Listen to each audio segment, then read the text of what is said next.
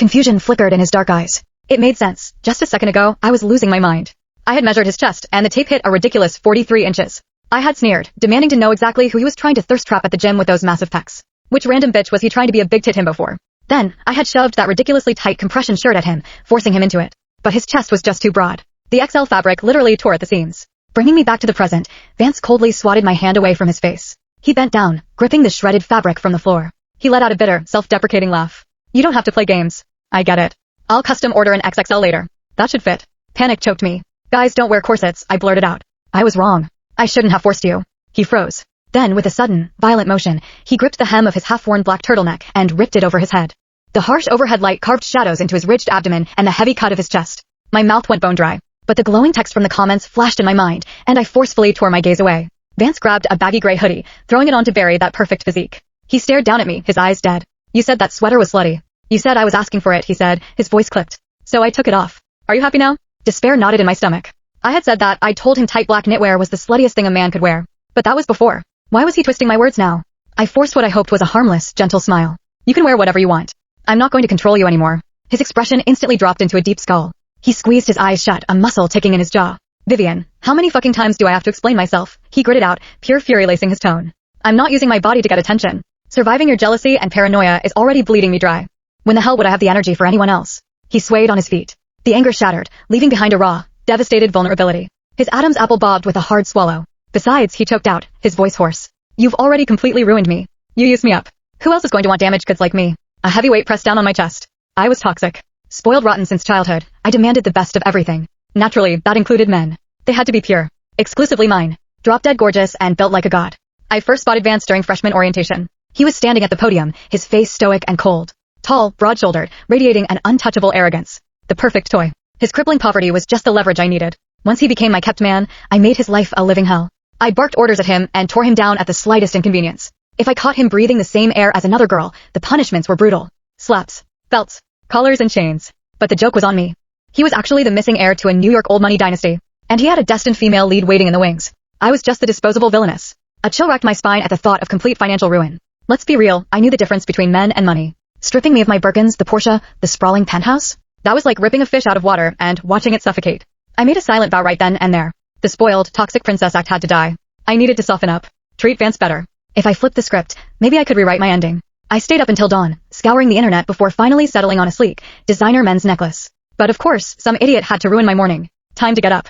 Annoyance flared in my chest. Eyes still glued shut, I grabbed my silk pillow and hurled it at the voice. Get out, I snarled. What is all the noise about this early in the morning? Silence stretched. Then a low, magnetic voice rasped, just reminding you. You have an 8 a.m. lecture. My blood ran cold. I snapped my eyes open. Behind Vance's broad shoulders, glowing text scrolled relentlessly. This Villainess is a nightmare. He just woke her up and she's throwing a fit. She threw a pillow right at his face. Male leads villain meter +1. Joke's on her. Let her skip her 8 a.m.s. When she goes bankrupt, she won't even be able to land a minimum wage job. I scrambled out of the tangled sheets, lunging across the rug to snatch the pillow from his feet. Got it, got it. I'm going to class today, I babbled, my heart hammering. I didn't mean to hit you. Are you hurt? Vance's face twisted into a weird expression. He stared at me, a muscle ticking in his jaw, before heavy resignation washed over his features. He leaned down, tilting his left cheek toward me. Just slap me, he said, his voice dead. The pillow hit the right side. You hate when things are uneven, don't you? What kind of delusional script are you writing in your head right now? I squeezed my eyes shut, a heavy exhaustion settling in my bones. I don't want to hit you.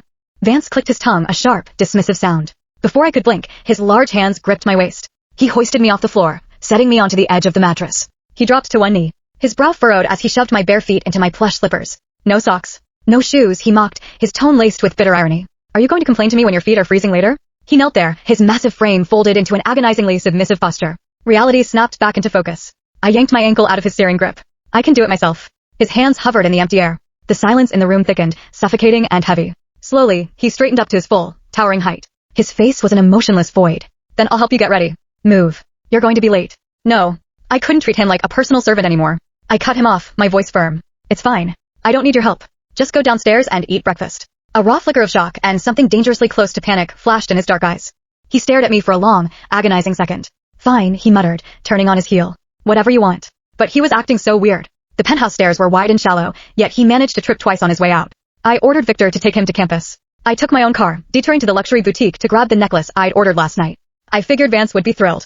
I wasn't breathing down his neck or dragging him to class with me. But the second I pushed open the heavy doors to the lecture hall, I froze. Vance was slumped in the front row, glaring at the doorway with murderous intensity. The moment his dark eyes locked onto mine, the heavy tension in his shoulders instantly melted. Who the hell pissed him off now? I blatantly ignored Vance tapping the empty desk beside him. Instead, I ducked my head and made a beeline for the very back row. I was barely scraping by with C-minuses. There was no way I deserved to sit next to an academic god like him. I honestly tried to pay attention, but my attention span was equivalent to a goldfish. I barely survived until the 10-minute break. Just as I dropped my head onto my folded arms to catch up on sleep, a random girl walked up to Vance's desk. Glowing text immediately flooded my vision. Male lead energy on point. He's basically the TA, of course everyone wants his notes. Where's the actual female lead? This NPC is totally using homework as an excuse to get his number. Just watch. The toxic villainess is going to completely lose her mind. Cue her classic line, how dare you look at another woman. My phone buzzed against the desk. It was a text from Vance. A status report. A girl from the lecture is asking me about the assignment. The old me would have completely flipped out. It was a direct threat to my territory. Plus, he was sitting while she stood over him. With his broad chest pushing against that hoodie, she definitely had a front row view of the goods. But I was a changed woman now. I typed out a totally rational, unbothered reply. Oh, that's fine. You don't need to report little things like that to me. A second later, his response popped up. Little things. The typing bubble hovered on my screen for an agonizingly long time. Finally, 3 rapid-fire texts hit my phone. Why don't you care that I'm talking to another girl? Are you still mad about yesterday? The custom compression shirt hasn't arrived yet. The second it gets here, I'll put it on. I stared at the screen, completely baffled by his logic. Why were we back to the suffocating shirt? Besides, he was destined to meet his true female lead anyway. No amount of toxic policing on my part could stop fate. I bit my lip and typed out a serious response. I'm not mad. Stop overthinking it. Everyone has the right to make friends. You can talk to girls, Vance.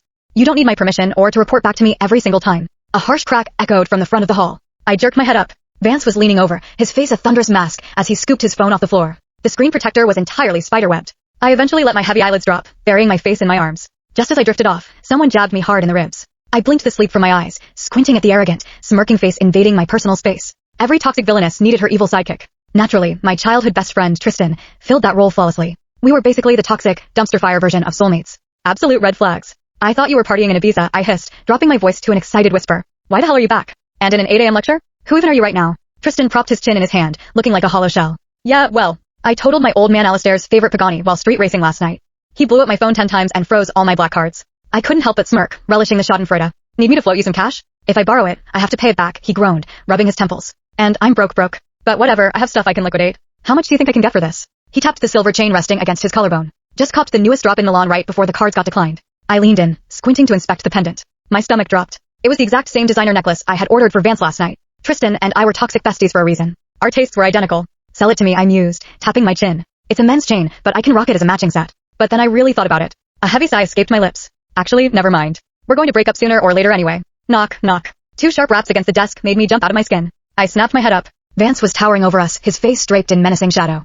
A dark, twisted smile played on his lips. Having fun? You didn't even notice the lecture ended. A weird, guilty knot twisted in my stomach. Did it? I didn't hear the bell. Under the crushing weight of Vance's dead stare, I scrambled up. I started shoving my stuff into my tote, completely missing the sleek velvet box sliding out of my desk. It hit the floor. The necklace and the customized greeting card spilled out onto the linoleum. Vance crouched down, scooping them up. His name was written right there on the card. It was glaringly obvious this was a gift for him. But Vance's eyes didn't soften. Instead, his gaze locked onto the identical silver chain resting against Tristan's collarbone. His eyes went entirely dark. Panic flared hot in my chest. Then came the bone-chilling scoff. Break up sooner or later. Vance repeated, his voice dangerously soft. Right. I get it. He took a slow step closer, the air around him suffocatingly tense. No wonder you've been so cold to me lately. You already found my replacement. Didn't you? I had been bending over backwards to be sweet to him. How the hell was that being cold? Did this guy literally need to be physically abused to feel loved? The glowing text swarmed my vision again. This villainess is such a hypocrite. She locks the male lead down, but she's out here flirting with her childhood bestie. Oh, his villain meter is about to spike through the roof. The male lead holds fatal grudges. She just added another nail to her coffin. Desperation hijacked my brain. I spun around and slapped Tristan across the face. A perfectly calculated slap, enough to sting, but not enough to bruise. Are you done acting like a total psycho? I cried out, faking absolute heartbreak. You just had to buy the exact same chain as my boyfriend? And then force me to tell you who wore it better? Have some self-respect and cover up. You couldn't even compare to a fraction of the man he is. Tristan looked like his soul had just left his body. Vance froze, utterly derailed by the sudden chaos. Seizing the moment, I snatched the necklace from Vance's grip. I quickly stepped into his space, reaching up to clasp the cold silver around his thick neck. See? I breathed, smoothing my hands over his chest. I knew it. It looks infinitely better on you. But the tension didn't break. Vance stared down at me in dead silence for what felt like hours. Then, his voice cracked with raw, unhinged jealousy. Why did he get to take your slap? Tristan's eyes practically bulged out of his skull. He cupped his stinging cheek, muttering under his breath. You two are absolute psycho soulmates. If you want me dead, just shoot me. I opened my mouth to keep up the charade, but a shadow fell over our desks. A stunning girl clutching a stack of textbooks hovered nervously nearby. Her voice was sickeningly sweet. I'm so sorry to interrupt. She looked up at Vance, a shy blush painting her cheeks. But the next lecture is about to start. We got paired up for the Argo project, Vance.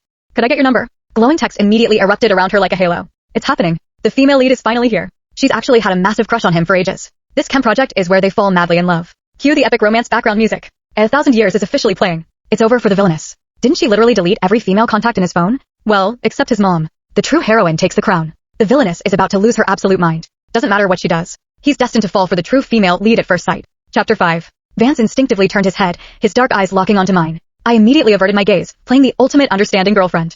I was going to give them the perfect, undisturbed space for their love at first sight moment. I covertly kicked Tristan in the shin under the desk. You guys chat. I just remembered I have somewhere to be. Gotta go. I bolted out the door before anyone could blink. The second I hit the hallway, my panicked facade melted into deep concern. Bro, I'll Venmo you $5,000 for the slap right now, I told Tristan, who was practically wheezing as he caught up to me. It didn't hurt, right? I totally pulled my punch. Tristan let out a breathless, cynical laugh. Taking the fall for you in front of our parents wasn't enough? Now I have to take the heat from your psychotic boyfriend, too. You've literally slapped me into submission. My face is completely numb at this point. Honestly, I was toxic. So what? Thank God Tristan was a fellow villain. I could actually drop the act around him. I patted his shoulder. Say less. If the whole world turns against you, I'll treat you to Nobu. Tristan offered a deadpan smile. Vivian, you are the whole world turning against me. The second I walk away from you, the sun literally comes out. We hit the designer boutiques after that. Tristan actually had some use, his height and build were practically identical to Vance's. I used him as My ace ass is genuinely sweating right now. What did she train him to be? That compression shirt is literally his Roman Empire now. Gaslighting really drives a man insane. She flirts with her childhood bestie and gives the male lead the silent treatment. Men get competitive too, damn. My stomach dropped. Vance belonged to Eloise. Starting right now, I had to protect his purity. If he was tainted goods, what if the female lead rejected him? A man's innocence was his absolute best asset. Aren't you freezing? I asked, my voice deadly earnest. Put a shirt on, Vance. He froze. The brutal, clinical rejection slammed into him like a physical blow. He swayed on his feet. A violent,